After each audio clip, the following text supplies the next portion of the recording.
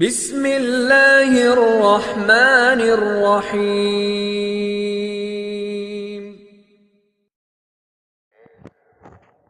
کہ ہر مجلس میں آدمی شروع سے لے کر آخر تک بیٹھنے کی نیت کرے، اس لیے کہ جب پوری بات سنیں گے اور پوری بات سمجھیں گے تو ہی عمل پورا ہو سکے گا۔ آدمی ادھورا سنے گا، ادھورا سمجھے گا تو ادھورا عمل کرے گا، تو ادھورے عمل پر کبھی کام کا پورا نفع نہیں ملتا۔ اس لیے نیت کریں کہ آخر تک رہیں گے انشاءاللہ۔ دوسری بات میرے دوستو یہ ہے کہ پوری بات کو جاگ کر سنیں، اس لیے کہ آنکھیں بند ہو گئی تو کان بند ہو گئی۔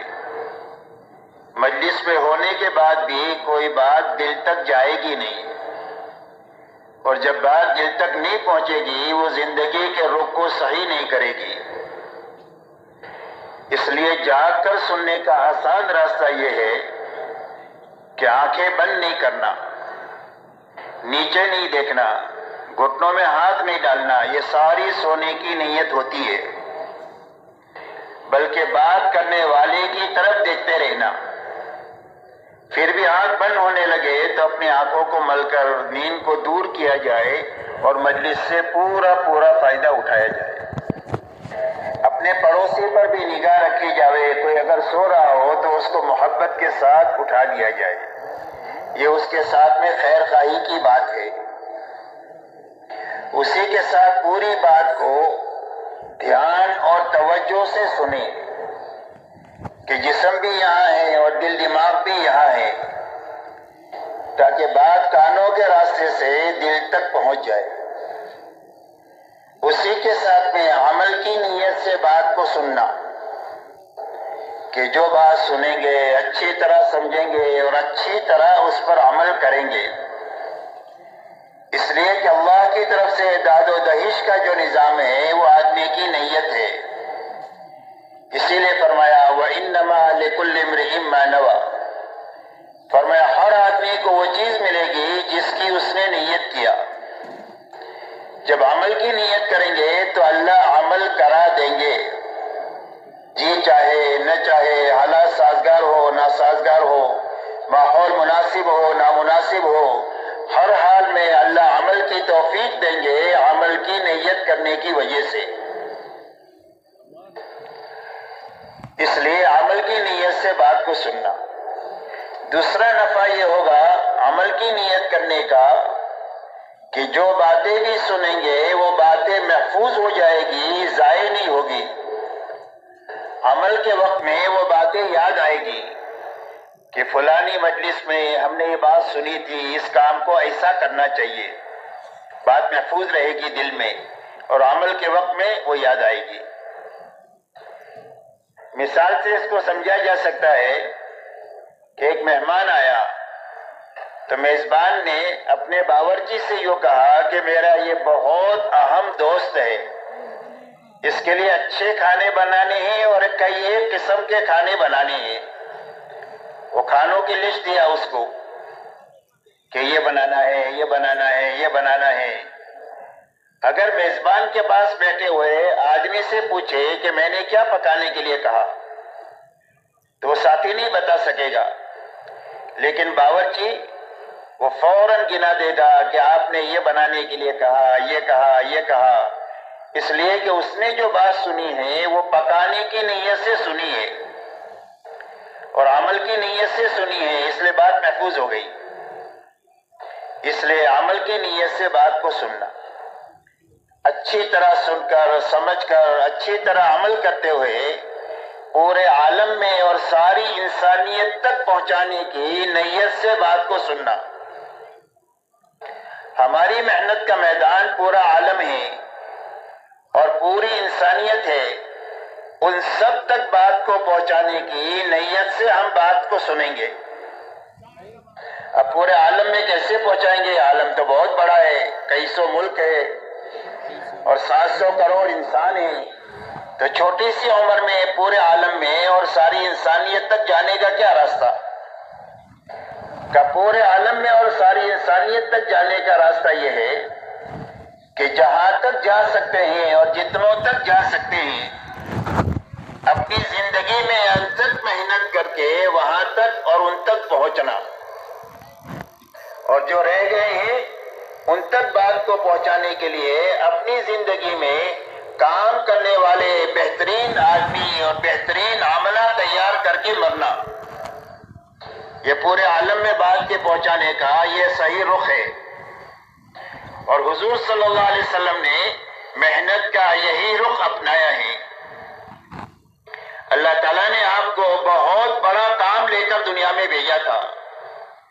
آپ کی محنت کا میدان پورا عالم اور ساری انسانیت اور قیامت تک کا زمانہ تھا، یہ آپ کی محنت کا میدان ہے۔ اتنا بڑا کام دے کر کے آپ کو بھیجا گیا، اور اتنے بڑے کام پر قابو پانے کے لیے آپ کو صرف 23 سال کا زمانہ دیا گیا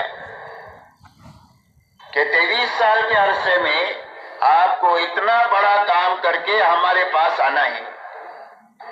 تو اس کے لیے آپ نے محنت کا کیا رخ لیا؟ آپ نے محنت کا یہ رخ اپنایا کہ جہاں تک اور جتنوں تک جا سکتے تھے اس کے لیے انتھک محنت فرمائی، اور پورے حجاز میں کام کیا۔ آپ کا لمبے میں لمبا سفر تبوک تک کا ہے، اور پورے عالم آپ کی محنت کا میدان ہے۔ تو آپ اس علاقے میں کام کے لیے اپنے آپ کو پوری طریقے سے تھکاتے ہوئے آپ نے 23 سال میں بہترین صحابہ کا عملہ تیار فرمایا۔ 23 سال میں 1.25 لاکھ صحابہ بنے جو آپ کی زندگی کا بہترین نمونہ تھے اور آپ کی زندگی کا آئینہ تھے۔ اس لیے صحابہ کا تعارف 2 جملوں میں ہوتا ہے۔ فرمایا یہ کون لوگ ہیں؟ فرمایا فرسان بالنہار و رہبان باللیل۔ فرمایا یہ دن کے شہ سوار ہے، دن کو گھوڑے کی پشت پر بیٹھ کر پوری دنیا میں پھر رہے ہیں لوگوں کو اللہ کی پہچان کرانے کے لیے کہ اللہ کون ہے اور کیسے ہیں۔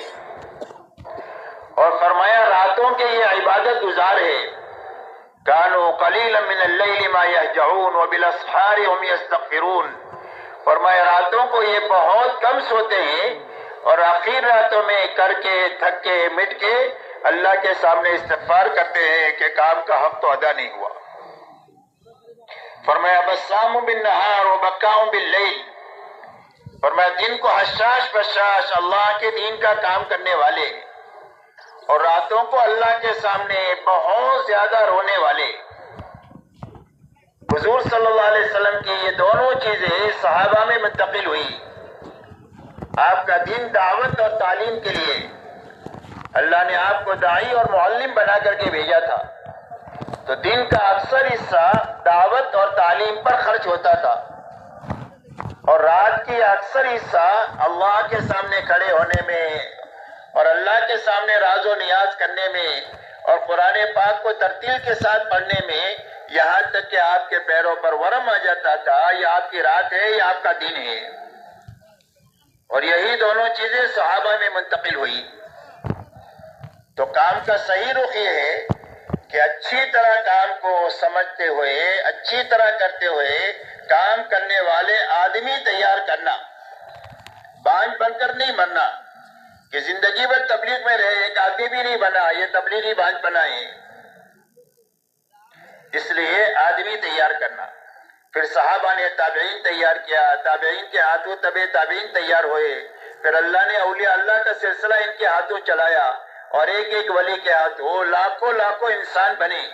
یہ محنت کا صحیح رخ ہے، کرنا اور آدمی بنانا، کرنا اور آدمی بنانا۔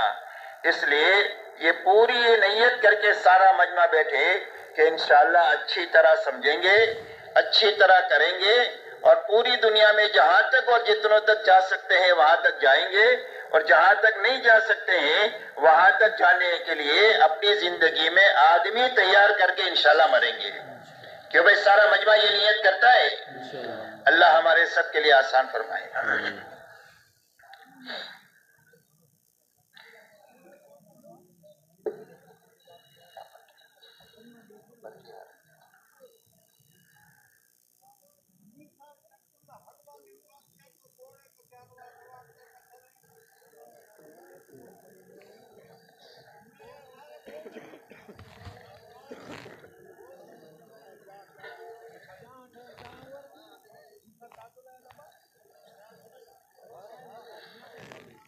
محترم بزرگوں دوستوں، سمجھنے کی بات یہ ہے کہ روئے زمین پر بسنے والے ہر ایک مرد اور ہر ایک عورت کی دنیا اور آخرت کے بنانے کے لیے اللہ نے اپنا دین اتارا ہے،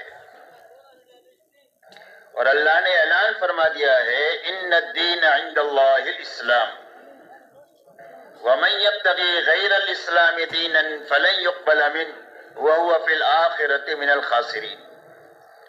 اللہ تعالیٰ نے روئے زمین پر بسنے والی ساری انسانیت کے لیے اور قیامت تک کے آنے والے سارے انسانوں کی کامیابی کے لیے دین اسلام اتارا ہے، اور یوں فرمایا جو اسلام کے علاوہ اور زندگی گزار کر کے آئے گا وہ ہمارے یہاں پر قبول نہیں ہوگا، اور اس کی آخرت اجڑ جائے گی، اور اس کی آخرت کے ہر گھاٹی مشکل سے مشکل تر بنتی چلی جائے گی۔ اس لیے سمجھنے کی بات یہ ہے کہ ساری انسانیت کی کامیابی کا ایک ہی راستہ ہے، اور وہ صرف دین ہے۔ رہا دنیا میں جتنے اسباب ہیں چھوٹے بڑے جس میں لوگ اپنی روزی روٹی کی تلاش میں لگتے ہیں، یا دنیا میں جتنے حالات ہیں اچھے یا برے، ان اسباب اور حالات کا تعلق کامیابی اور ناکامی کے ساتھ ہے ہی نہیں ہے، بلکہ صرف امتحان کے لیے اللہ نے اس باب کو اور ان حالات کو رکھا ہے، اور انسانوں کے گزارے کے لیے رکھا ہے کہ ہر آدمی جس سبب کو اللہ نے اسے دیا ہے اس سبب میں حکم کا پابند بن کر کے زندگی گزارتا ہے یا اپنی خواہش پر زندگی گزارتا ہے۔ جو بھی حال اچھا یا برا آدمی پر آیا اس حال میں حکم کو سامنے رکھ کر کے چلتا ہے یا اپنی خواہش پر چلتا ہے۔ یہ امتحان کے لیے اللہ نے اسباب اور حالات کو پیدا کیا ہے، اس لیے کہ دنیا میں جینے کے دو ہی راستے ہیں، تیسرا کوئی بھی راستہ نہیں ہے۔ ایک راستہ حکموں والا راستہ ہے، اور ایک راستہ خواہشات والا راستہ ہے، من مانی والا راستہ ہے، تیسرا کوئی راستہ نہیں۔ حکموں والا راستہ یہ نبیوں والا راستہ ہے، سارے احکامات، سارے نبی اللہ کی طرف سے احکامات لے کر کے آتے ہیں، اور خواہشات والا راستہ یہ فرعون کا، نمرود کا، شداد کا، حامان کا، ابی بن خلف کا اور دنیا کے سارے غلط چلنے والے لوگوں کا راستہ یہ خواہشات والا راستہ ہے۔ ان سب نے اپنی زندگی کا مقصد خواہش کو بنایا تھا کہ ہماری خواہش پوری ہو جاوے۔ اس کے لیے کسی نے ملک کا راستہ لیا، کسی نے مال کا راستہ لیا، کسی نے تجارت کا لیا، کسی نے باغات کا لیا، کسی نے عہدے کا لیا، لیکن سب کا مقصد ایک تھا کہ ہماری خواہشات دنیا میں پوری ہو جائے۔ تو ایک راستہ خواہشات والا ہے، ایک راستہ حکم والا ہے۔ تو اللہ ہر انسان کو ان حالات سے گزار کر اور ان اسباب میں رکھ کر امتحان لینا چاہتے ہیں کہ ان اسباب میں اور حالات میں حکم کو سامنے رکھ کر کے زندگی گزارتا ہے یا خواہش کو سامنے رکھ کر کے زندگی گزارتا ہے۔ اگر یہ حکم کو سامنے رکھ کر کے زندگی گزارے گا تو جس سبب میں اللہ نے اس کو رکھا ہے اس سبب میں رکھ کر اللہ تعالیٰ اس کی دنیا بھی بنا دیں گے اور اس کی آخرت بھی بنا دیں گے، اور جس حال میں بھی اللہ تعالیٰ نے اس کو رکھا ہے اس حال میں حکم پورا ہو جائے گا تو حال میں حکم پورا کرنے کی برکت سے اللہ اس کے اس حال میں اس کی دنیا اور آخرت کو بنا دیں گے، چاہے کتنا ہی بیماری کا حال ہو، چاہے تنگ دستی کا حال ہو، لیکن اللہ تعالیٰ اس تنگ دستی میں اور بیماری میں اس کی دنیا اور آخرت کو بنا دیں گے۔ اسی لیے دعوت اور تبلیغ کی محنت کسی کا سبب بدلوانے کی یا کسی کا سبب چھڑانے کی محنت نہیں ہے، یا حالات کو بدلوانے کی محنت نہیں ہے، حالات تو اللہ بدلیں گے، بلکہ اس بات کی محنت ہے کہ جو جس سبب میں ہے اور جو جس حال میں ہے اس حال میں حکم کی پابندی کے ساتھ میں اور نبی کے طریقے کی پابندی کے ساتھ میں اللہ کو راضی کرنے کی جذبے کے ساتھ میں جینا شروع کر دے تو اللہ تعالیٰ اس حال میں اور اس سبب میں اس کی زندگی بنا دے گے۔ اسی لیے مسلمان کا کوئی بھی کام دنیا نہیں ہے، مسلمان کا دین تو دین ہے ہی ہے، اس کی دنیا بھی دین بن جائے گی حکم کے راستے سے اور طریقے کے راستے سے۔ اور جس طرح عبادت پر انعامات ملیں گے ایسا ہی اپنے کھانے کمانے کی لائن پر بھی اور اپنے اچھے برے حالات پر بھی اللہ کی طرف سے انعامات ملیں گے، اس لیے کہ مسلمان کا کوئی بھی کام دنیا نہیں ہے، ہر کام دین ہے۔ شرط یہ ہے کہ حکم کا پابند بن جائے اور طریقے کا پابند بن جائے، اور نیت یہ بنائے کہ مجھے ہر حال میں اللہ کو راضی کرنا ہے۔ اسی لیے حدیث پاک میں آتا ہے کہ سچا اور امانت دار تاجر کل قیامت کے دن نبیوں کے ساتھ، صدیقین کے ساتھ اور شہداء کے ساتھ اٹھایا جائے گا۔ کرنے کو تجارت کر رہا ہے، لیکن اس کی تجارت سے اس کی آخرت ایسی بنے گی کہ کل قیامت کے دن نبیوں کے ساتھ، صدیقین کے ساتھ اور شہداء کے ساتھ میں اللہ اس کو اٹھائیں گے۔ ایک آدمی کھیتی کرتا ہے لیکن حکم کا پابند بن کر کے کھیتی کرتا ہے، تو فرمایا کھیتی جب تک ہری بھری رہتی ہے وہ اللہ کی پاکی بیان کرتی ہے اور اس کا ثواب کسان کو ملتا ہے اور کھیتی کرنے والے کو ملتا ہے۔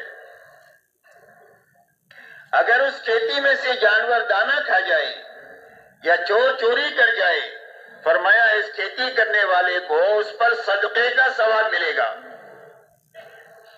ایک غریب آدمی ہے، روز مزدوری کرتا ہے، روز کھاتا ہے، لیکن مزدوری حکم کا پابند بن کر کے کرتا ہے، تو فرمایا شام کو جب تھک ہار کر کے یہ واپس آتا ہے اپنے گھر پر تو اپنے مقدر کی روزی بھی لے کر کے آتا ہے اور اللہ کے خزانے سے اپنے گناہوں کو معاف کروا کر کے آتا ہے۔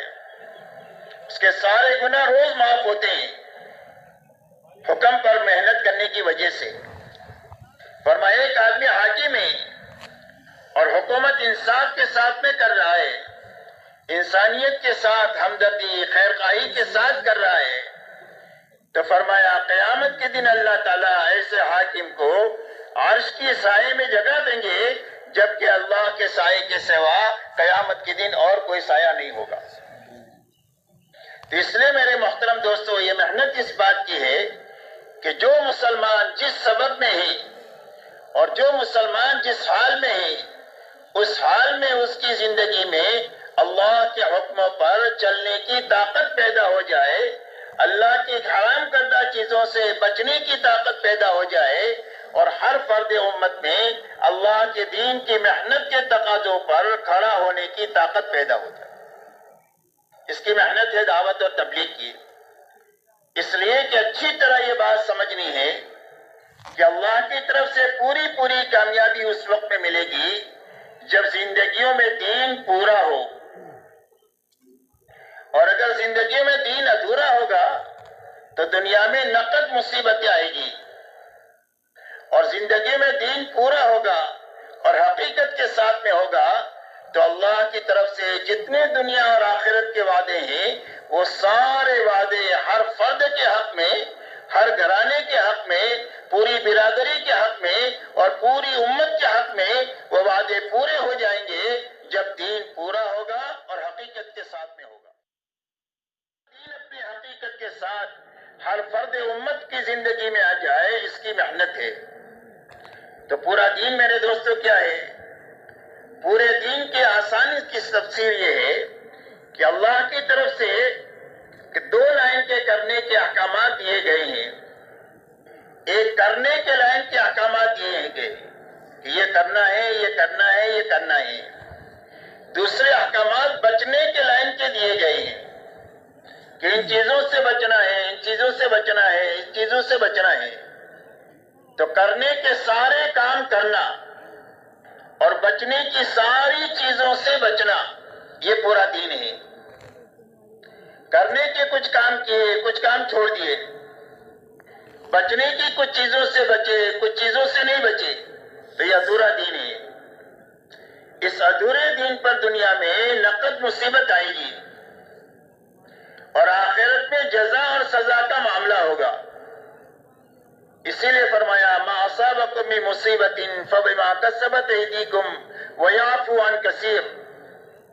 فرمایا جو مصیبت بھی دنیا میں تمہارے پر آ رہی ہے، فرمایا وہ تمہارے ہاتھوں کی غلط کمائی کی وجہ سے ہو رہی ہے، تمہارے غلط کاموں کی وجہ سے ہو رہی ہے.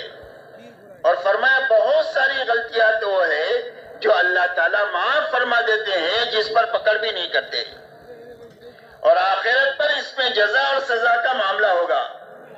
الا یہ کہ اللہ تعالیٰ کسی کو معاف کر دے تو اللہ کو کوئی بھی پوچھنے والا نہیں ہے. لیکن ضابطے کی بات یہ ہے کہ دنیا میں مصیبت آئے گی، آخرت میں جزا سزا اس پر مرتب ہوگی. اس لیے پورا دین یہ ہے کہ کرنے کے جتنے کام بتائے گئے ہیں وہ سارے کام کرنا، بچنے کی ساری چیزوں سے بچنا، دوسرے الفاظ میں فرائض پر کھڑے ہو جانا اور محرمات سے اپنی زندگیوں کو پاک کر دینا، اور اللہ کے دین کی محنت کا جب تقاضا آئے، جو تقاضا آئے اس تقاضے پر اپنا قدم اٹھا دینا. یہ پورا دین ہے. اور اس کو سمجھنے کے لیے ہمارے لیے نمونہ حضور پاک صلی اللہ علیہ وسلم اور صحابہ کی جماعت ہے.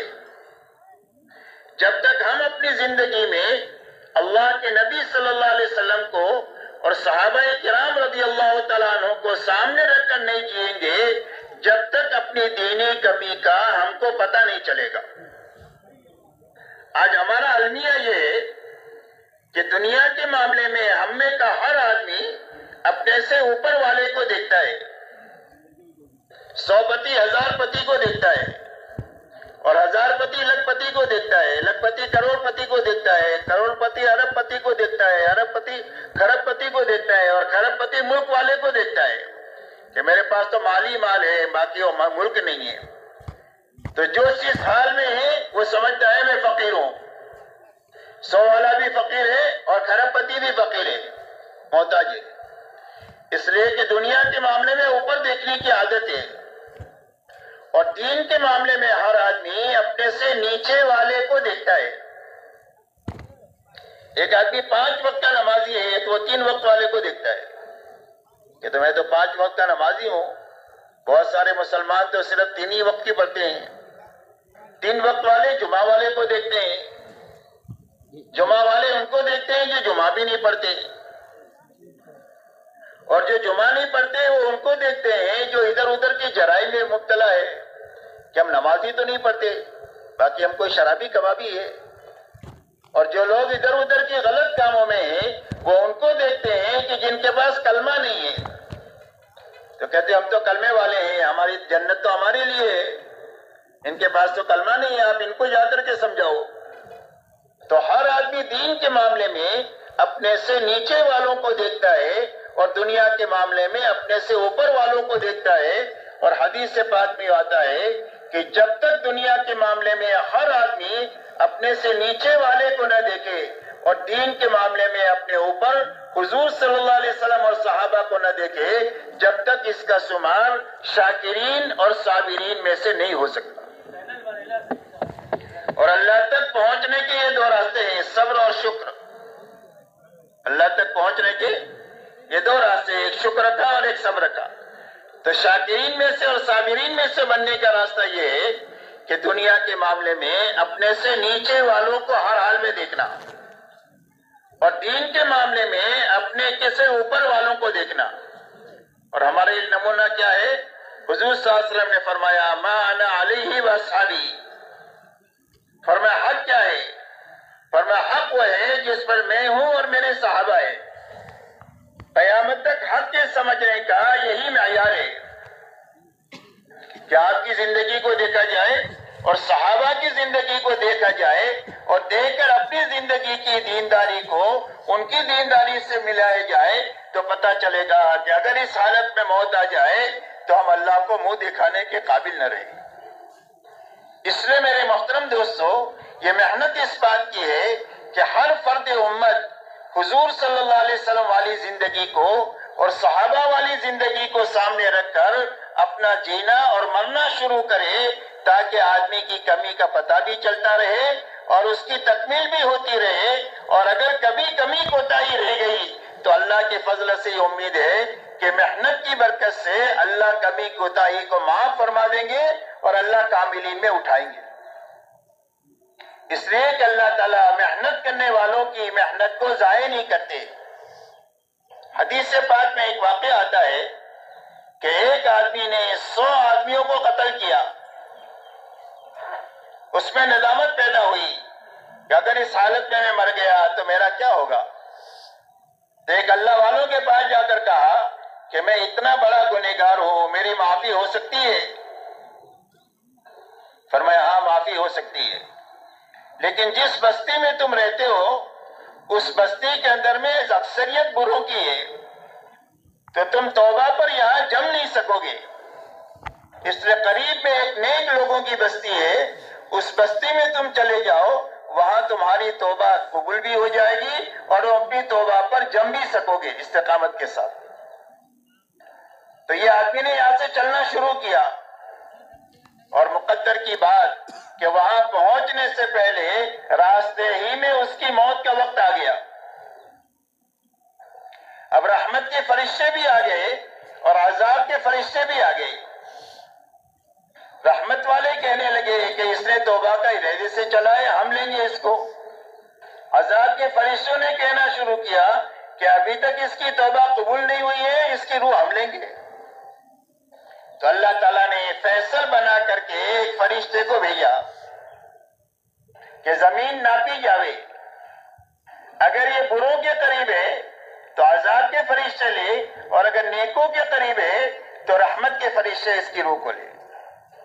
اور اللہ نے زمین کو یہ حکم دیا کہ بروں سے دور ہو جا اور نیکوں کے قریب ہو جا، اور رحمت کے فرشتوں نے اس کی روح کو لیا، اس لیے کہ اللہ تعالیٰ تو محنت کرنے والے کی محنت کو ضائع نہیں کرتا۔ اس لیے سارا مجمع یہ طے کرے کہ انشاءاللہ محنت کرتے ہوئے جئیں گے اور محنت کرتے ہوئے مریں گے۔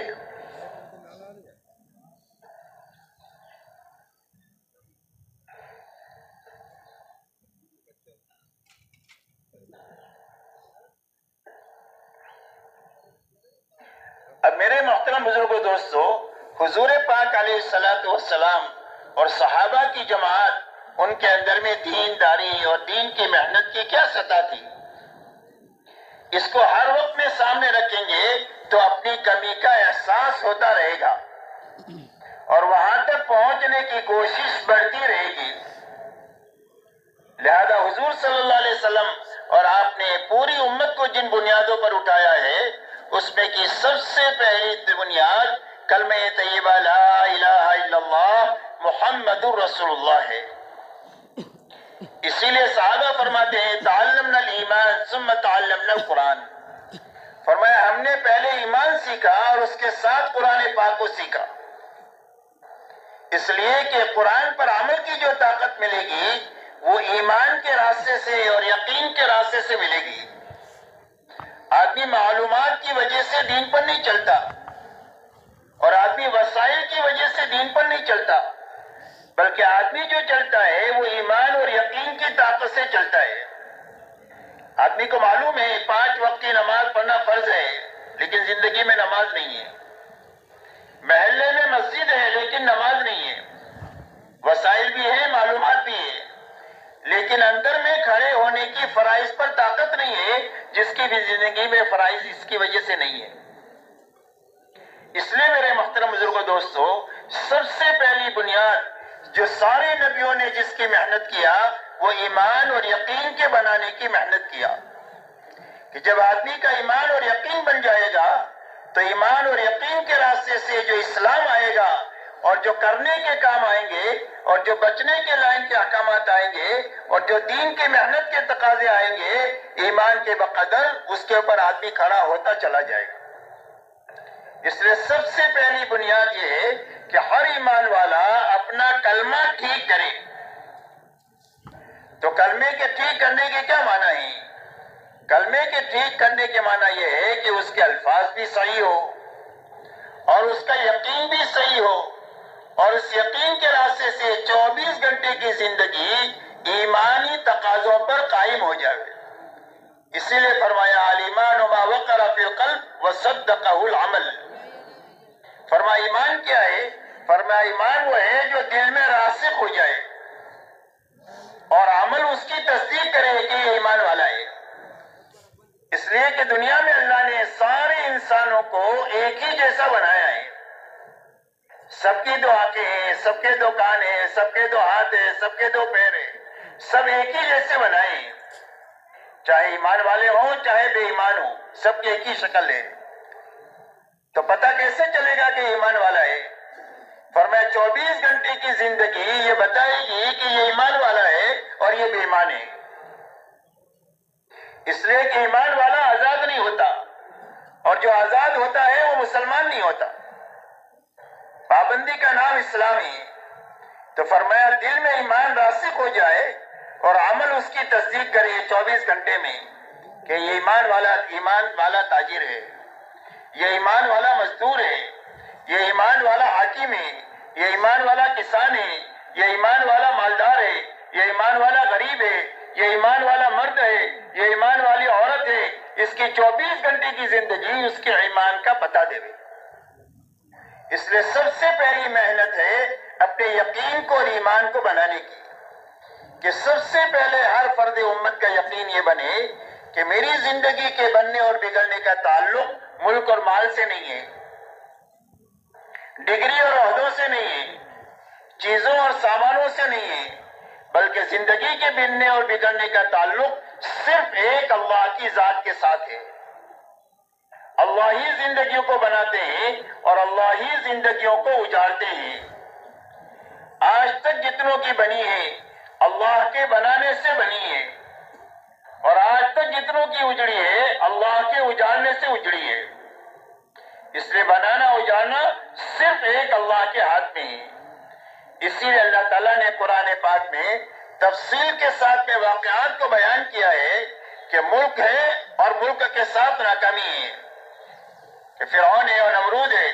ملک کے بڑے بڑے نقشے ان کے پاس میں ہیں، لیکن اس میں رکھ کر اللہ نے ان کو ناکام کر دیا. قارون کے پاس میں اتنا بڑا مال تھا کہ اس کے خزانے کی چابیاں ایک طاقتور جماعت اٹھایا کرتی تھی. تو انداز لگائے خزانہ کتنا ہوگا، لیکن اس خزانے کے ساتھ اللہ نے اس کو زمین کے اندر میں دسا دیا. شداد کے بعد اتنا سامان تھا کہ اس نے دنیا میں جنت بنائی. حامان فرعون کا وزیر تھا، پوری مملکت کا ذمہ دار تھا، لیکن اللہ نے ان سارے نقشوں میں رکھ کر کے اللہ تعالیٰ نے ان کو اجاڑ کر کے بتلایا کہ ان نقشوں میں زندگیوں کا بننا ہے نہیں. چاہے چند دنوں تک ان کی چلتی نظر آئے لیکن نتیجتاً ان کو اجڑنا ہے.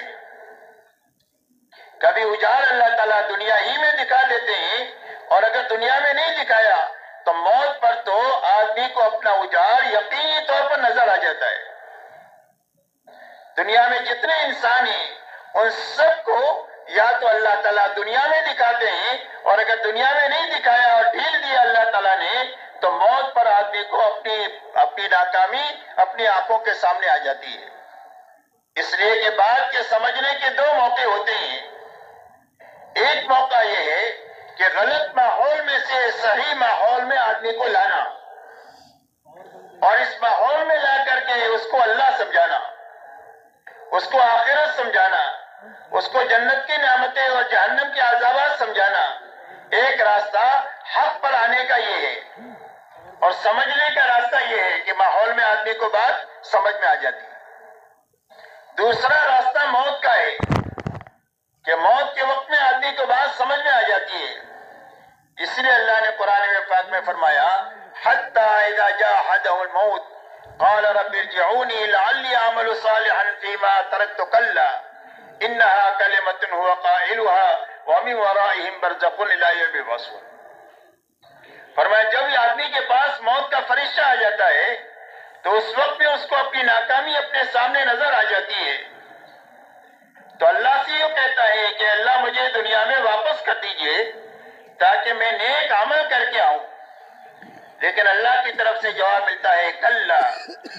فرمایا ہرگز یہ نہیں ہو سکتا ہے. ایک بچہ ماں کے پیٹ سے دنیا میں آ گیا، دوبارہ ماں کے پیٹ میں نہیں جا سکتا. ایک آدمی دنیا کے پیٹ سے آخرت کے بارڈر میں داخل ہو گیا، اب یہ دوبارہ دنیا میں واپس نہیں جا سکتا، اب عالم برزخ اس کے بعد ہے اور قیامت تک عذاب قبر میں مبتلا رہنا ہے۔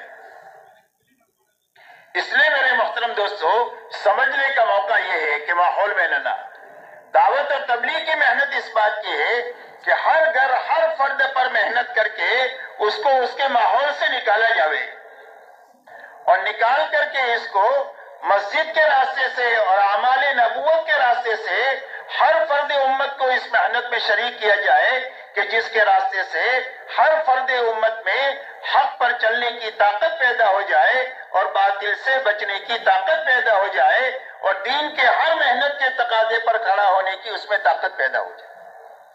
اس لیے سب سے پہلا یقین یہ بنے کہ زندگی کے بنانے والے صرف اللہ ہے اور زندگی کے اجالنے والے بھی صرف اللہ ہے۔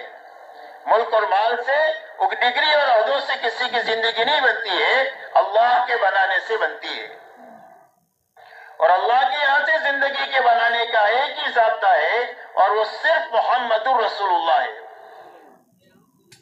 کہ اللہ کس کی زندگی بنا دیں گے؟ فرمایا جو محمدی بن کر جیے گا اور جو محمدی بن کر کے مرے گا، سر کے بالوں سے لے کر پیر کے ناخن تک اور جوتا پہننے سے لے کر نماز تک اور شادی بیاہ سے لے کر حکومت کرنے تک اپنی زندگی کے ہر حرکت اور سکون میں جو محمدی بن کر کے جیے گا اور محمدی بن کر کے مرے گا، اللہ اس کی دنیا جھوپڑے میں ہے تو دنیا کے اعتبار سے کامیابی دے دیں گے، اور دنیا کے اعتبار سے کامیابی یہ ہوگی کہ اللہ تعالیٰ جھوپڑے میں رکھ کر دلوں میں اطمینان، چین اور سکون عطا فرمائیں گے، آپس میں محبتیں عطا فرمائیں گے، دعاؤں میں قبولیت کی شان پیدا فرما دیں گے۔ اس لیے کہ دنیا حالات کا گھر ہے، جب کبھی بھی کوئی حال آئے گا تو نماز کے راستے سے اور دعا کے راستے سے اللہ تعالیٰ اس حال کو حل فرما دیں گے۔ ایسی ہر مومن کو اللہ تعالیٰ دعا کی طاقت عطا فرمائیں گے۔ جو مقدر کی روزی اللہ نے لکھی ہے تھوڑی زیادہ، وہ حلال اور برکت والی بنا کر کے دیں گے۔ جو مقدر کی روزی اللہ نے لکھی ہے تھوڑی زیادہ، وہ حلال بھی ہوگی اور برکت والی بھی ہوگی، اور برکت والی روزی وہ ہوتی ہے کہ چاہے کتنی دکھنے میں تھوڑی نظر آئے لیکن آدمی کی ضرورت اٹکے گی نہیں، اس کی ساری ضرورتیں پوری ہو جائے گی اور برکت کے راستے سے اس کی آخرت بھی بن جائے گی۔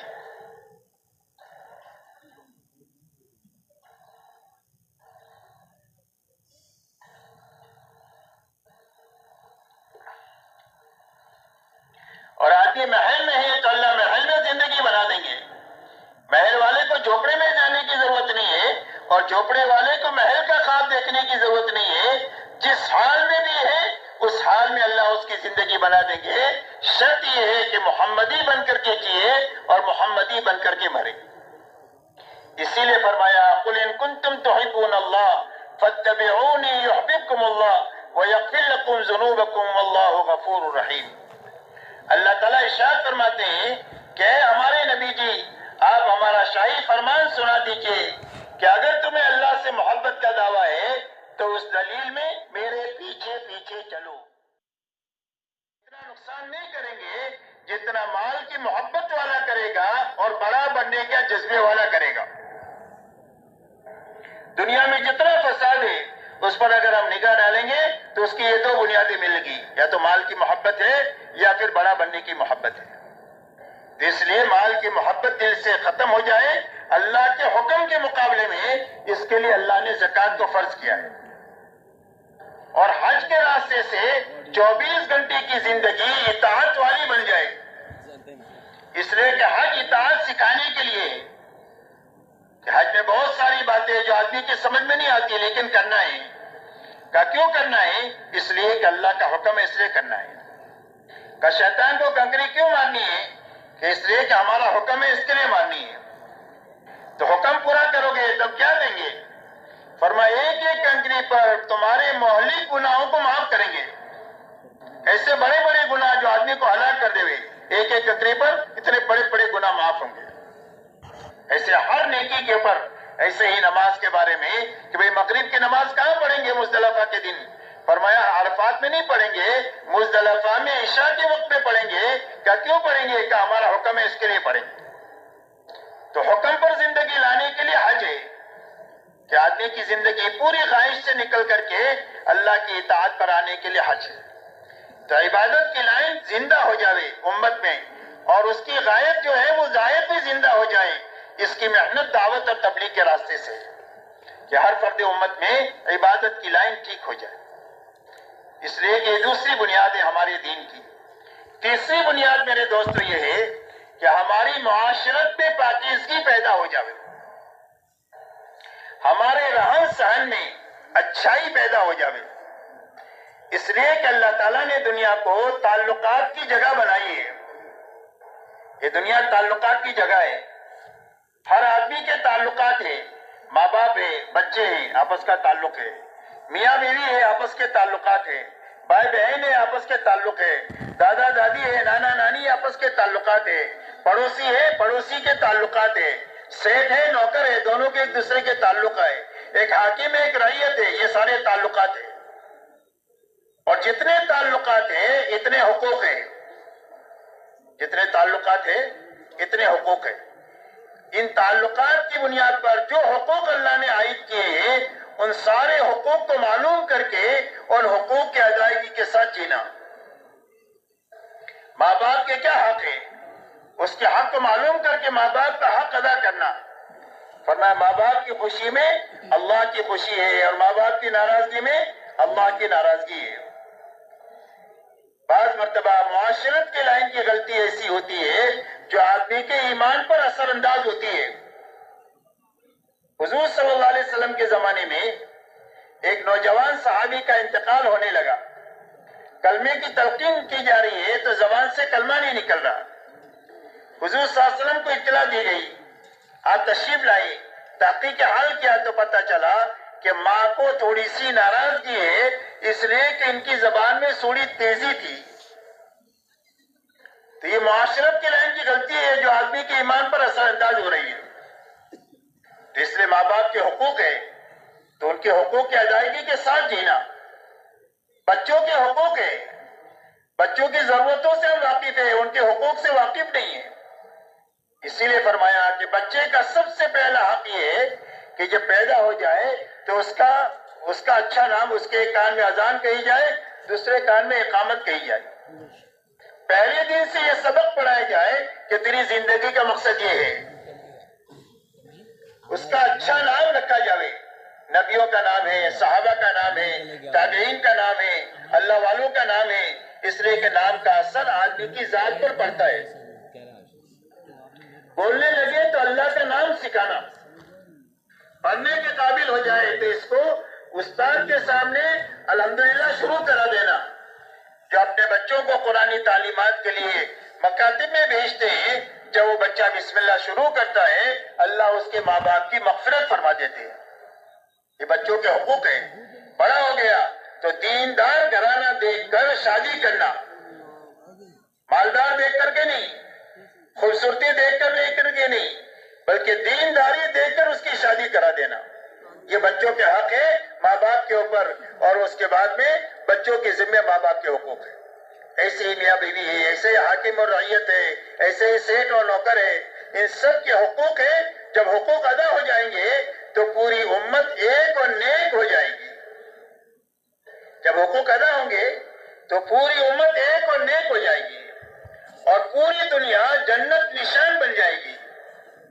کسی کو کسی سے کوئی خطرہ نہیں ہوگا حقوق کی ادائیگی کی وجہ سے۔ ہر انسان کی جان، ہر انسان کا مال، ہر انسان کی عزت اور آبرو محفوظ ہو جائے گی۔ حضور صلی اللہ علیہ وسلم ایسی پاکیزہ معاشرت دے کر کے آئے۔ آپ اندازہ لگائیں کہ آپ کی معاشرت میں اتنا امن و امان قائم ہوا ہے کہ ایک لڑکی صنعاء یمن سے چل کر مکہ مدینہ آتی ہے، نہ اس کو اپنے زیورات کی چوری ہونے کا خوف ہے اور نہ اپنے عصمت کے لٹنے کا خوف ہے۔ اور ایک آدمی عراق سے مکہ مدینہ آتا ہے، اس کو پوچھا گیا لوگوں کو کیسا پایا؟ فرمایا میں نے لوگوں کو ایسا پایا کأنہم من اب و ام واحد، جیسے ایک ہی ماں باپ کی اولاد ہو، ایسا میں نے پایا۔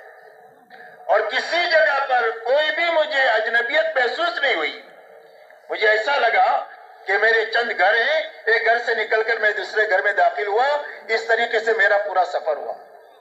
یہ حضور صلی اللہ علیہ وسلم کی معاشرت کے دنیا پر اثرات ظاہر ہو چکے ہیں، اور آئندہ بھی یہ اثرات اس وقت ظاہر ہوں گے جب آپ کی معاشرت دنیا میں زندہ ہوگی، اور دنیا میں دین قائم ہوگا، وہ دینی معاشرت پر قائم ہوگا۔ اور الیاس صاحب رحمۃ اللہ علیہ فرماتے تھے کہ دین دنیا میں جو قائم ہوگا وہ دینی اور اسلامی معاشرت پر قائم ہوگا۔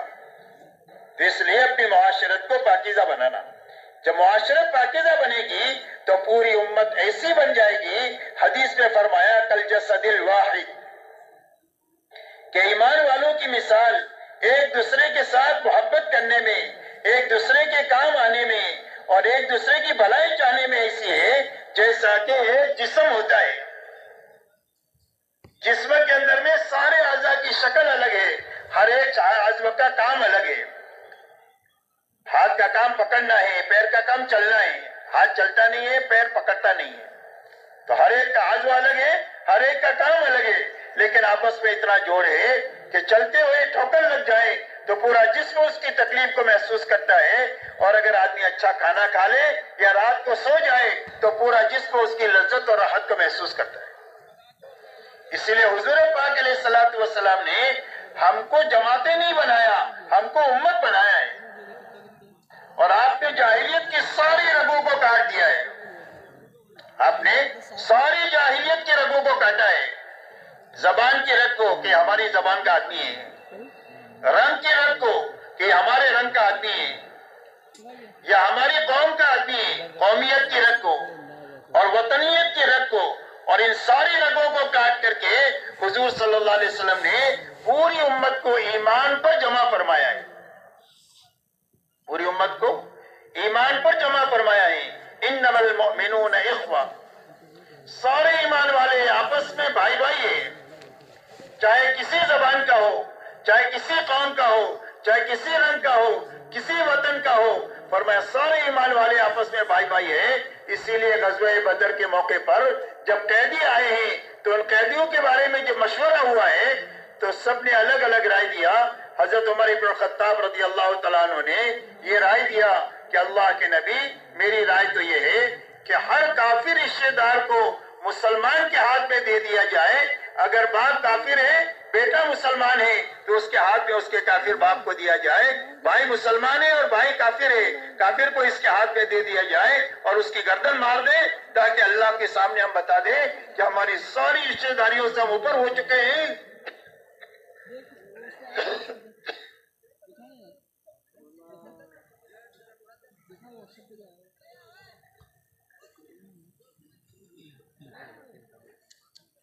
ہماری سب سے بڑی رشتہ داری ایمان کی رشتہ داری ہے۔ جو ایمان والا ہے وہ ہمارا اپنا ہے، جو ایمان والا نہیں ہے وہ ہمارا نہیں ہے۔ ہم اس کی بھلائی چاہیں گے، ہم اس کی ہدایت کا فکر کریں گے، لیکن محبت ایمان والے سے کریں گے۔ اسی لیے فرمایا کہ تم میں کا کوئی بھی کامل مومن ہو نہیں سکتا ہے جب تک اپنے بھائی کے لیے وہ چیز پسند نہ کرے جو اپنے لیے پسند کرتا ہے، اور یہ فرمایا تم جنت میں داخل نہیں ہو سکتے جب تک تم مومن نہ بنو، اور تمہارا ایمان کامل نہیں ہو سکتا ہے جب تک تم آپس میں محبت نہ کرو۔ مولانا سعید خان صاحب رحمۃ اللہ علیہ فرماتے تھے کہ لوگ تو اللہ سے ملک و مال مانگتے ہیں، میں تو اللہ سے ایمان والوں کی محبت مانگتا ہوں کہ اللہ مجھے ایمان والے کی محبت دے دے۔ یہ ایمان والا ہے، قابل محبت ہے، چاہے کتنا ہی گناہوں میں ڈوبا ہوا ہو، گناہوں سے نفرت کریں گے، گنہگار سے محبت کریں گے۔ جیسے بیماری سے نفرت ہوتی ہے، بیمار سے محبت ہوتی ہے، ایسا ہی گناہ سے نفرت ہو، گنہگار سے محبت ہو، کوشش ہو گناہوں سے کیسے نکل جائے۔ جب گناہوں سے نکل جائے گا تو اللہ کا محبوب ہو جائے گا۔ التائب حبیب اللہ، گناہ سے توبہ کر لیا تو اللہ کا محبوب بن گیا۔ تو اللہ کے محبوب سے ہم کیسے دشمنی رکھ سکتے ہیں، کیسے بدگمانی کر سکتے ہیں، کیسے اس کی برائی چاہ سکتے ہیں؟ جو اللہ کا محبوب ہے وہ ہمارا محبوب ہے۔ اس لیے میرے دوستو، اپنی معاشرت میں پاکیزگی لانا، رات کو بھی بات بتائی گئی تھی کہ بھئی اپنی معاشرت میں انصاف ہونا چاہیے۔ انصاف یہ ہے کہ جو اپنے لیے پسند کرے اپنے بھائی کے لیے پسند کرے۔ ایمان والوں کے لیے احسان کا معاملہ کرنا، احسان کا معاملہ کرنا۔ زندگیوں میں کبھی کبھی موقع آتے ہیں احسان کے، تو آدمی کو وہ چکنا نہیں چاہیے. افطار کے موقع زندگی میں کبھی کبھی آتے ہیں کہ ایک طرف کھانا ہے ایک طرف بھوکا ہے. میں نے صبح بھی کھایا ہے دوپہر کو نہیں کھایا بھوکے کو کھلا دیا افطار کر دیا. زندگی میں ایسے مواقع کبھی کبھی آتے ہیں تو یہ موقع کبھی ہاتھ سے جانا نہیں دینا چاہیے. تو ہماری معاشرت میں یہ بنیادیں جب ہوگی تو میرے دوستوں پوری امت ایک اور نیک ہو جائے گی. اور جب امت ایک اور نیک ہو جائے گی تو اللہ کی مدد کی مستحق ہو جائے گی. اللہ کی مدد کے آنے کا سب سے بڑا سبب اجتماعیت ہے کہ پوری امت ایک بنے اور نیک بنے تو اللہ کی مدد ساتھ ہو جائے گی. اور اللہ کی مدد ساتھ ہو جائے تو ہمارے سارے مسائل حل ہو جائیں گے. ہمارے سارے مسائل اللہ کی مدد سے حل ہوں گے. ہدایت کا مسئلہ اللہ کی مدد سے حل ہو جائے گا. دنیا میں ہدایت کے زندہ ہونے کا کام اللہ کی مدد سے ہو جائے گا. ہماری روزی روٹی کا مسئلہ اللہ کی مدد سے حل ہو جائے گا.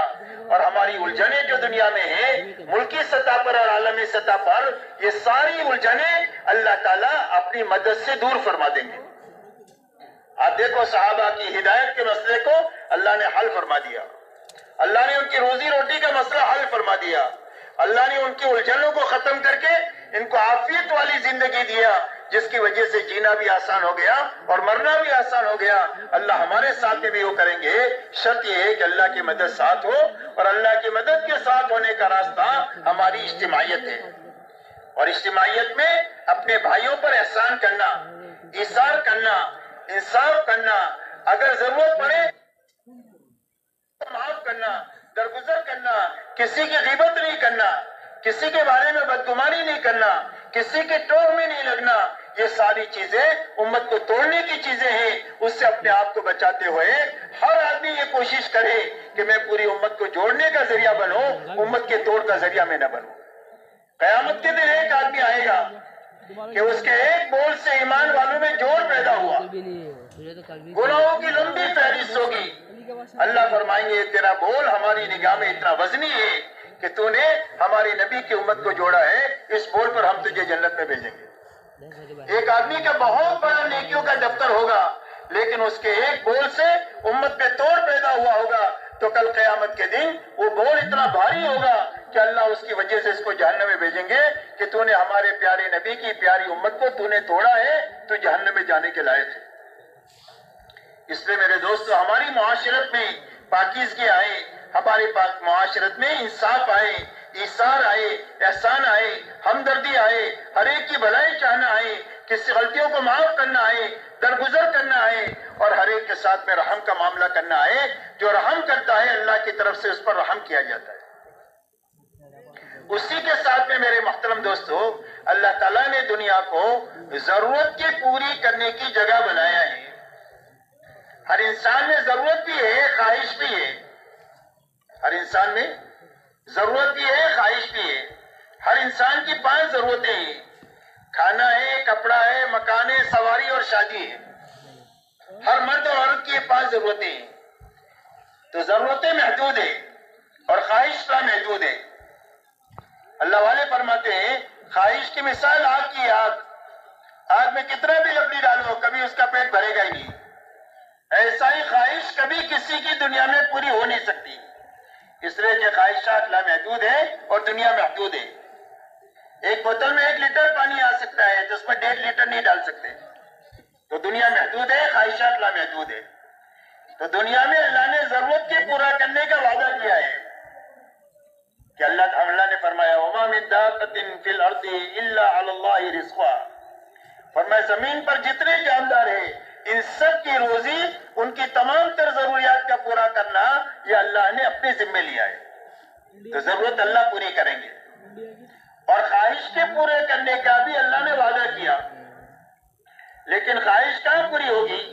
فرمایا خواہش کے پورے کرنے کے لیے اللہ نے جنت بنائی. دنیا میں خواہش نہیں پوری ہو سکتی کسی کی. ضرورت پوری ہو سکتی ہے. اس لیے خواہشات کے پوری کرنے کے چکر میں جو لوگ لگتے ہیں وہ پوری ہوتی نہیں ہے اور اسی حالت میں وہ مرتے ہیں. اس لیے اپنی ضرورتوں کے حاصل کرنے کے لیے حلال راستہ اختیار کرنا حرام سے اپنے آپ کو بچانا یہ حکم ہے. حلال کا حکم ہے، حرام سے بچنے کا حکم ہے، اس لیے کہ حلال اور حرام کی تاثیر ایسی ہے جیسا کہ کھانے کی ہوتی ہے۔ کھانا اچھا پیٹ میں گیا تو طاقت بنے گی، آدمی کو خوشی محسوس ہوگی۔ سڑا ہوا کھانا پیٹ میں گیا تو آدمی کو قے ہو جائے گی، اسہال ہو جائے گا، آدمی بیمار ہو جائے گا، پوری پھسی نکل جائے گی، کیا ہوا؟ کا فوڈ پوائزن ہو گیا۔ فرمایا ایسے حلال اور حرام کی تاثیر ہے۔ ایک اللہ والے فرماتے ہیں میری دعوت کیا ایک نیک آدمی نے اور اس کا کھانا کھانے کے بعد میں کئی دنوں تک تہجد پڑھنے کا مجھے مزہ آیا، اور ایک فاسق کی میری دعوت ہوئی، اس کا کھانا کھانے کے بعد کئی دنوں میرے اندر برائی کا اور زنا کا جذبہ پیدا ہوا۔ اللہ ہماری سب کی حفاظت فرمائے۔ تو کھانے کا اتنا زبردست حلال حرام کی تاثیر ہے، اس لیے حرام سے بچنا اور حلال طریقے سے اپنی ضرورت کو حاصل کرنا۔ جب حلال طریقے سے اپنی ضرورت کے حاصل کرنے میں ہم لگیں گے تو اللہ تعالیٰ اس پر بھی ہم کو نیکی دیں گے۔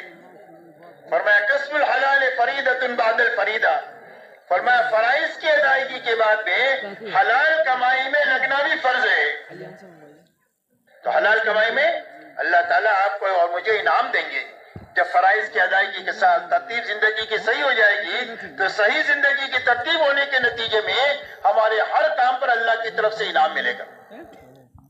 اس لیے حلال سے حاصل کرنا، حرام سے بچنا، سنت طریقے پر اپنی ضرورت کو پورا کرنا، اسراف سے بچنا۔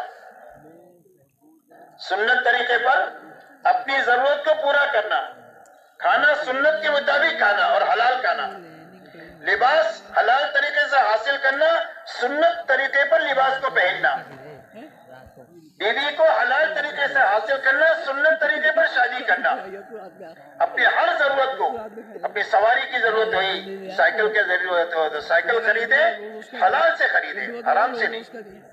گاڑی کی ضرورت آئی تو گاڑی خریدے لیکن حلال سے خریدے، حرام سے نہیں۔ ایسا ہی شادیوں میں فرمایا سادگی کے ساتھ سنت طریقے پر ہماری شادیاں ہو تو اپنی ضرورتوں کو حلال طریقے سے حاصل کرنا، سنت طریقے پر پورا کرنا۔ رہا خواہش کا تو خواہش اللہ تعالیٰ جنت میں پوری فرمائیں گے۔ اسی لیے فرمایا وَلَكُمْ فِيهَا مَا تَشْتَهِي أَنفُسُكُمْ وَلَكُمْ فِيهَا مَا تَدَّعُونَ، فرمایا تمہارے لیے جنت میں وہ ہے جو تمہارا جی چاہے۔ جنت میں کیا ہے؟ فرمایا جو تمہارا جی چاہے۔ آدمی کی جی کے کیا چاہنے، کچھ بھی چاہ سکتا ہے، کیوں بھائی؟ جی کیا چاہ سکتا ہے؟ جی چاہتا ہے پوری دنیا میری ہو جاوے، ہر آدمی کی چاہت ہوتی ہے۔ اس لیے کسی کو بھی قناعت نہیں ہے کہ میرے پاس اتنا تھوڑا ہے تو زیادہ مل جاوے، یہ بھی مل جاوے، یہ بھی مل جاوے، اس لیے کہ خواہش کی کوئی حد ہی نہیں ہے۔ تو فرمایا خواہش جنت میں پوری ہو جائے گی۔ ہر آدمی کی چاہت ہے کہ جوان رہو، خوبصورت رہو، طاقتور رہو، ہمیشہ زندہ رہو، تو یہ ساری خواہش جنت میں پوری ہو جائے گی۔ ہمیشہ جوان رہے گا، کبھی بوڑھا نہیں ہوگا، ہمیشہ تندرست رہے گا، کبھی بیمار نہیں ہوگا، ہمیشہ خوبصورت ہوگا، چودھری رات کے چاند جیسا خوبصورت ہوگا، کبھی بدصورتی نہیں آئے گی کہ بڑھاپے کی چریاں پڑ گئی چہرے پر۔ خوبصورت سے خوبصورت آدمی بیچارہ بڑھاپے میں جو ہے وہ ایسا ہو جاتا ہے، لیکن وہاں فرمایا اس کی خوبصورتی ختم نہیں ہوگی، زندگی اللہ دیں گے، اس پر کبھی موت نہیں آئے گی۔ ہر جنتی کو اللہ تعالیٰ 100 آدمیوں کی طاقت دے کر جنت میں داخل کریں گے۔ ہر آدمی کا حسن ہوگا حضرت یوسف علیہ السلام جیسا، آواز ہوگی حضرت داؤد علیہ السلام جیسی، جوانی حضرت عیسیٰ علیہ السلام جیسی، قد حضرت آدم علیہ السلام جیسا، اور اللہ تعالیٰ 100 آدمیوں کی طاقت دے کر جنت میں داخل کریں گے، کبھی وہاں سے نکالیں گے نہیں۔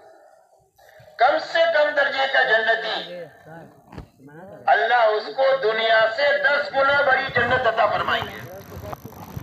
کتنی بڑی جنت؟ دنیا سے 10 گنا بڑی۔ ہر آدمی کی چاہت ہے پوری دنیا کی مل جانے کی، وہ چاہت وہاں پوری ہو جائے گی، بلکہ اس سے 10 گنا اللہ دیں گے۔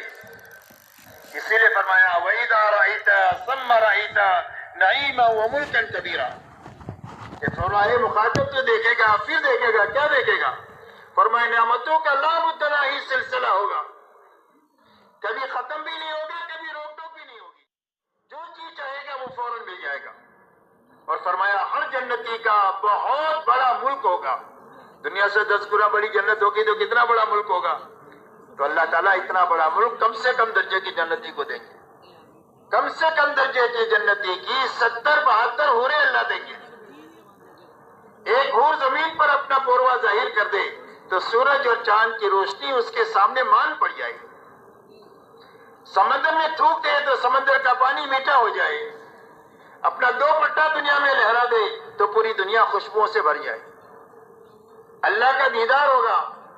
جیسے 14 رات کے چاند کو دیکھتے ہیں ایسے اللہ کو جنت میں جا کر کے دیکھیں گے. کہ بھائی دیکھیں گے انشاءاللہ.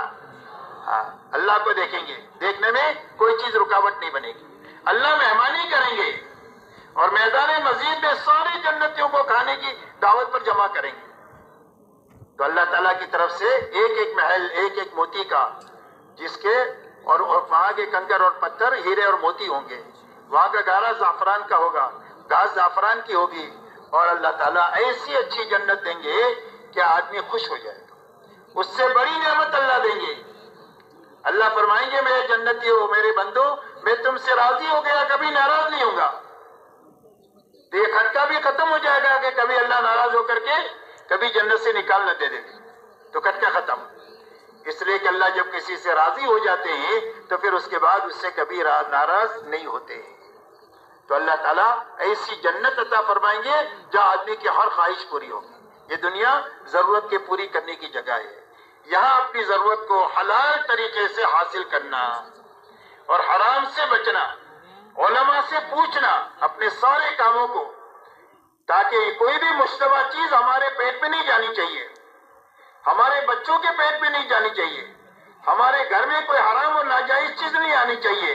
ہمارا گھر صحابہ جیسا گھر ہونا چاہیے اور اللہ والوں جیسا گھر ہونا چاہیے کہ جس میں کوئی بھی مشتبہ چیز اور مشتبہ کام ہماری زندگیوں میں نہیں آنا چاہیے. اس کے لیے اپنی زندگیوں کو علماء کی روشنی علماء کے سامنے پیش کرنا اور علماء سے رہبری لینا تاکہ ہماری زندگی صاف ستھری بنے.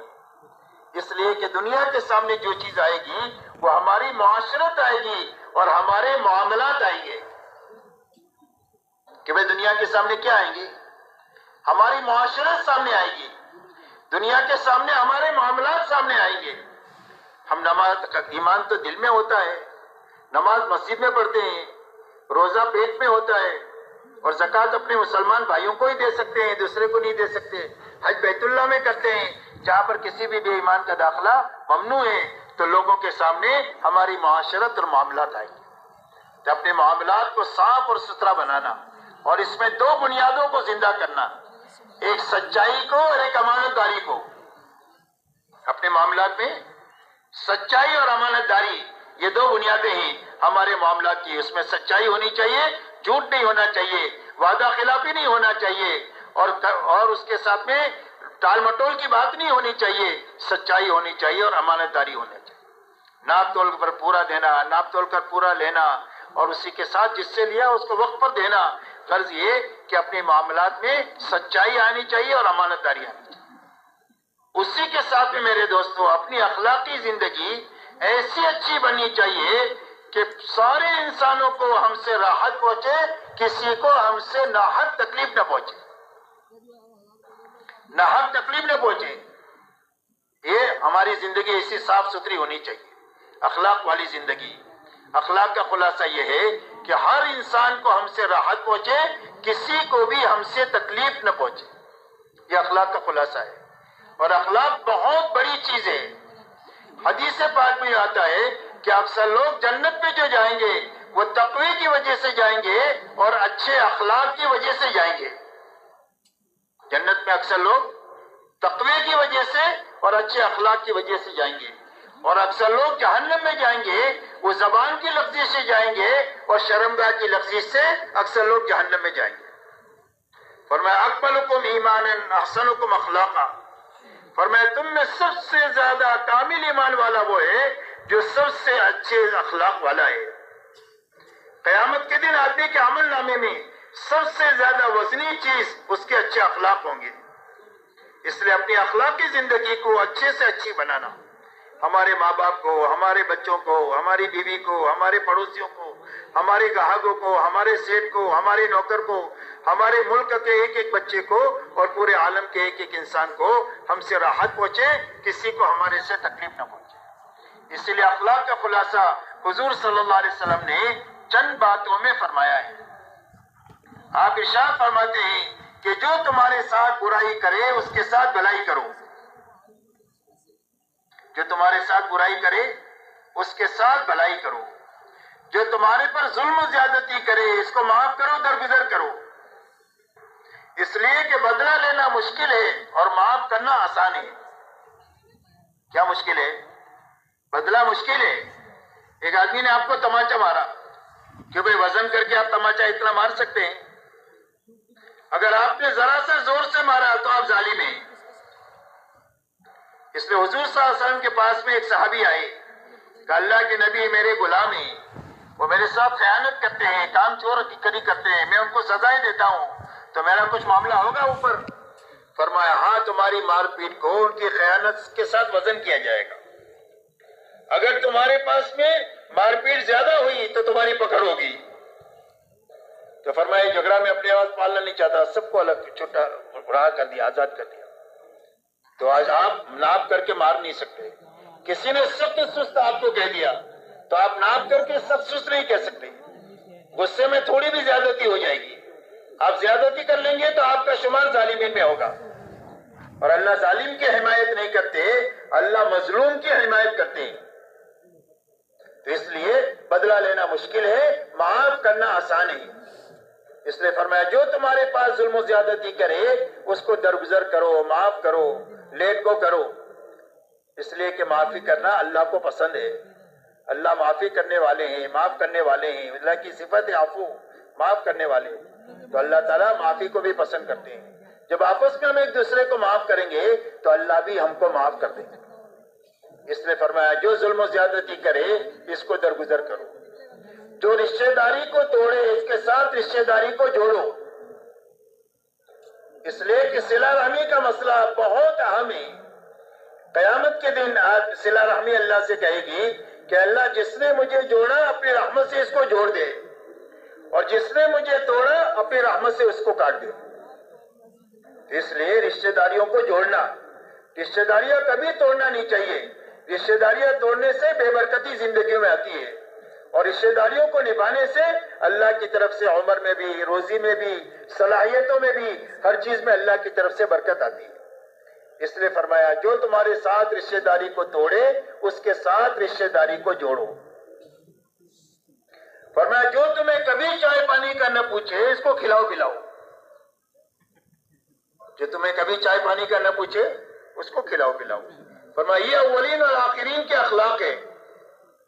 آپ فرماتے ہیں مجھے اللہ نے اس لیے بھیجا ہے کہ انسانوں کو اخلاق کی بلندیاں سکھاؤں، اس لیے کہ دنیا میں اخلاق نام کی کوئی چیز تھی ہی نہیں، اغراض پرستی کو ہی لوگ اخلاق سمجھتے تھے۔ تو آپ نے فرمایا میں دنیا میں اس لیے بھیجا گیا ہوں تاکہ انسانوں کو اخلاق کی بلندیاں سکھاؤں۔ آپ اندازہ لگائیں حضور پاک علیہ السلام جب فاتحانہ طور پر مکہ مکرمہ میں اپنے 10,000 صحابہ کے ساتھ داخل ہوئے ہیں تو آپ نے کسی سے بدلہ نہیں لیا۔ آپ نے بیت اللہ کی چوکھٹ پکڑ کر کے فرمایا یہ بتاؤ میں تمہارے ساتھ کیا معاملہ کروں گا؟ تو انہوں نے کہا اخن کریم و ابن اخن کریم۔ فرمایا آپ تو بھلے ہیں، بھلوں کی اولاد ہیں، ہم آپ سے بھلائی کی امید کرتے ہیں۔ آپ نے فرمایا میں تمہارے ساتھ وہ معاملہ کروں گا جو میرے بھائی یوسف نبی نے اپنے بھائیوں کے ساتھ کیا تھا، جن بھائیوں نے کنویں میں ڈالا اور جن کے پر ساری مصیبتیں بھائیوں کی وجہ سے آئی۔ جب یہ بھوکے ان کے پاس پہنچے ہیں تو انہوں نے کہا لا تثریب علیکم اليوم، تمہارے پر کوئی لعن تان نہیں، اللہ تم کو معاف کر دے، ہم نے تم کو معاف کر دیا۔ آپ نے فرمایا انتم الطلقاء، جاؤ تم سارے کے سارے آزاد ہو۔ مکہ والے کہتے ہیں ہمیں ایسا لگ رہا تھا ہمیں اپنے قبروں سے اٹھے ہیں اور ہم کو نئی زندگی ملی ہے۔ آپ ایسے عظیم اخلاق کے ساتھ میں بھیجے گئے ہیں۔ تو فرمایا اولین اور آخرین کے اخلاق ان 4 بنیادوں کے اندر میں ہے۔ اس لیے اپنی اخلاق کی زندگی کو ایسی اچھی بنانا کہ ساری انسانیت کا قلوب دین کی طرف متوجہ ہو جائے۔ صحابہ دنیا میں ایمان، اعمال اور اخلاق کے ساتھ پھرے ہیں، صحابہ دنیا میں ان 3 بنیادوں کے ساتھ پھرے ہیں، ایک ایمان کے ساتھ، ایک اعمال کے ساتھ اور ایک اخلاق کے ساتھ، جس سے پوری دنیا کے قلوب کو اسلام کی طرف متوجہ ہونے کا ذریعہ بنے۔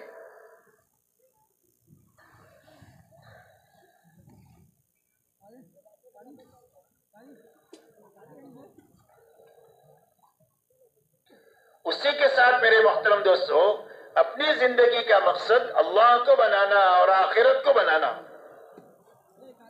اللہ نے ہم کو ملک و مال کے لیے دنیا میں بھیجا ہی نہیں ہے، ہمارے دنیا میں آنے کا مقصد ملک و مال ہے ہی نہیں ہے، اور آپ نے اپنی امت کو ملک و مال کی بنیاد پر اٹھایا ہی نہیں ہے، بلکہ آپ نے پوری امت کو آخرت کی بنیاد پر اٹھایا ہے۔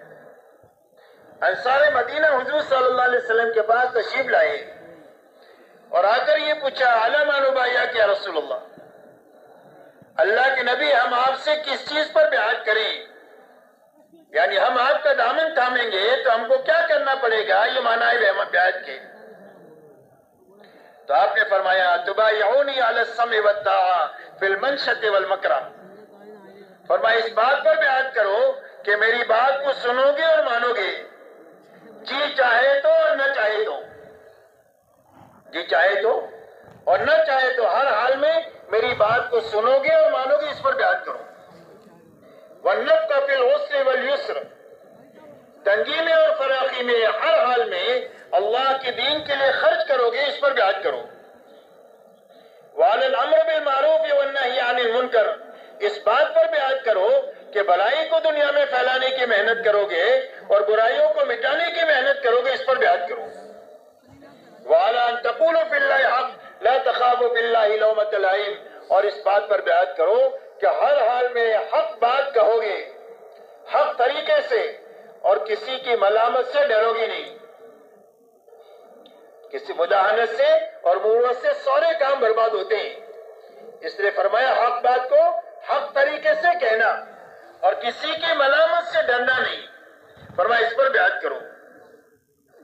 اور یہ فرمایا، الا ان تمنعونی کما تمنعون انفسکم واولادکم وازواجکم، اور اس بات پر بیعت کرو کہ جب میں تمہاری دعوت پر مدینہ منورہ میں آ جاؤں گا تو پوری دنیا تمہاری مخالف ہو جائے گی، میری تو مخالف ہے ہی ہے، تمہاری بھی ہو جائے گی، تو ساری دنیا تمہارے پر چڑھ دوڑے گی، تو میری حفاظت کے لیے وہ تمام وسائل اختیار کرو گے جن وسائل سے تم اپنی عورتوں کی اور اپنے بچوں کی حفاظت کرتے ہو، اس پر بیعت کرو۔ تو انصار نے یہ کہا کہ اللہ کے نبی آپ کی یہ شرائط جو بیعت کے ہیں اگر ہم پورا کر دیں تو ہم کو ملے گا کیا؟ آپ نے فرمایا، وَلَكُمُ الْجَنَّةُ، اگر یہ شرائط تم پوری کر دو گے تو اللہ اس پر تم کو جنت دیں گے۔ حالانکہ آپ کے علم میں یہ بات تھی کہ اس محنت کا انجام یہ ہے کہ بڑی بڑی سلطنتیں زیر ہوں گی، ان کے خزانے صحابہ کے قدموں پر آئیں گے اور اللہ تعالیٰ حق کو دنیا میں چلا دیں گے، جس کا اندازہ اس سے ہوتا ہے کہ جب آپ ہجرت کا سفر فرما رہے ہیں انتہائی بے بسی اور بے کسی میں، اور سراقہ ابن مالک نے جب آپ کا تعاقب کیا ہے اور آپ کا پیچھا کیا ہے اور آپ کے قریب پہنچ گیا تو آپ نے فرمایا، سراقہ اس وقت میں تیرا کیا حال ہوگا جب کسریٰ کے کنگن تیرے ہاتھ میں ہوں گے۔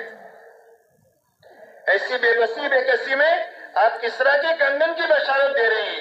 آپ کے علم میں یہ بات تھی کہ یہ بات ہونی ہے اور یہ ہو کر کے رہے گی، لیکن آپ نے صحابہ کو ملک و مال کی بنیاد پر نہیں اٹھایا، بلکہ یہ فرمایا، وَلَكُمُ الْجَنَّةُ، اللہ اس کے بدلے میں تمہیں جنت دے گی۔ اور یقین رکھو کہ جس کی جنت بنے گی اس کی دنیا ضرور بنے گی، اس لیے کہ دنیا آخرت کا سایہ ہے۔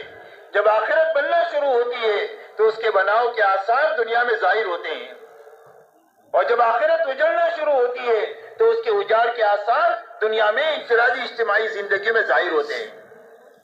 اس لیے فرمایا، اللہ اس کے بدلے میں تمہیں جنت دیں گے۔ اس لیے ہمارا مقصد اللہ ہونے چاہیے اور آخرت ہونی چاہیے، چاہے اللہ کا کام ہو یا اللہ کی مخلوق کے ساتھ کوئی معاملہ ہو، اس سے ہم کو کسی سے کچھ نہیں چاہیے، نہ اقتدار چاہیے نہ پیسہ چاہیے، نہ ہم کو ملک چاہیے نہ مال چاہیے، ہم صرف یہ چاہتے ہیں کہ اللہ ہم سے راضی ہو جائے، اللہ رضا کے ساتھ زندگی گزارے، اللہ کی رضا پر موت آئے، اور ہمارا ہر قدم ہماری آخرت کے بننے کا ذریعہ بنے، ہماری آخرت کے اجڑنے کا ذریعہ نہ بنے۔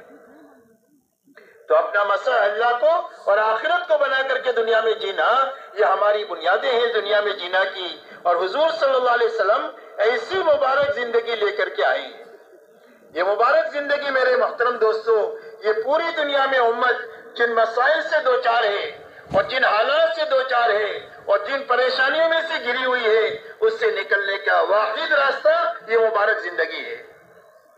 پوری انسانیت جس تباہی کی طرف جا رہی ہے اور ہر قدم اس کا تباہی کی طرف بڑھ رہا ہے، اس تباہی سے بچ نہیں سکتی ہے، اس تباہی سے نکل نہیں سکتی ہے سوائے اس مبارک زندگی کے جس کو حضور پاک صلی اللہ علیہ وسلم لے کر کے آئے ہیں۔ اس لیے ہماری اور پوری امت کی اور ساری انسانیت کی سب سے بڑی ضرورت یہ مبارک زندگی ہے۔ یہ زندگی زندہ ہو جائے گی تو امت کے اور انسانیت کے مسائل حل ہو جائیں گے، اور جب تک یہ زندگی زندہ نہیں ہوگی، جب تک نہ مسائل حل ہوں گے اور نہ انسانیت تباہی سے بچ سکے گی۔ اس لیے میرے دوستو، اب یہ زندگی ہماری بنے اور امت بھی زندہ ہو، اور امت کے راستے سے انسانیت کے اندر میں زندہ ہو، اس کا ایک ہی راستہ ہے، اور وہ راستہ اپنی محنت کو صحیح کرنا ہے۔ اس لیے کہ ہمارا المیہ یہ نہیں ہے کہ ہم کو دین معلوم نہیں ہے، ہمارا المیہ معلومات کی کمی کا نہیں ہے، اور ہمارا المیہ وسائل کی کمی کا نہیں ہے۔ وسائل بہت ہے، دینی وسائل، ایسی معلومات بہت ہے، لیکن اندر میں فرائض پر کھڑا ہونے کی اور حرام سے بچنے کی طاقت نہیں ہے۔ دین کے تقاضوں پر کھڑا ہونے کے لیے جس ایمان اور یقین کی ضرورت ہے، اس میں کمی ہے۔ تو جب تک یہ کمی دور نہیں ہو جائے گی، جب تک یہ زندگی زندہ نہیں ہوگی۔ تو اب یہ زندگی میں یہ قوت کے پیدا ہونے کا کیا راستہ؟ میرے دوستو، قوت کے پیدا ہونے کا ایک ہی راستہ ہے کہ اپنی محنت کو صحیح کرنا۔ اللہ تعالیٰ نے دنیا کو محنت کی جگہ بنایا ہے، دین ہو دنیا ہو، ہر چیز کو اللہ نے محنت کے ساتھ جوڑا ہے۔ لقد خلقنا الانسان فی کبد، ہم نے انسان کو محنت میں پیدا کیا ہے۔ تو دنیا کے لیے بھی آپ کو محنت کرنا ہے اور دین کے لیے بھی محنت کرنا ہے، اور ہر لائن کی محنت ہوتی ہے، اس محنت کے نتائج ہوتے ہیں۔ ایک آدمی زمین پر محنت کرے کانٹے دار درختیں اگانے کی، کہ وہ اس سے پھلوں کی امید ہو سکتی ہے کہ اس میں سے پھل نکلیں گے؟ تو آپ کا کیا خیال ہے ایک آدمی کی تمام تر محنت مخلوق پر لگے اور خالق سے محبت ہو، خالق کی عظمت دل میں آئے اور خالق سے زندگی کے بننے کا یقین آئے کہ وہ یہ ممکن ہے؟ ایک آدمی کی تمام تر محنت اور طاقت مال پر لگے اور اعمال کی عظمت آئے، اعمال سے زندگی کے بننے کا یقین آئے، اعمال سے محبت اور لگاؤ پیدا ہو کہ وہ یہ ممکن ہے؟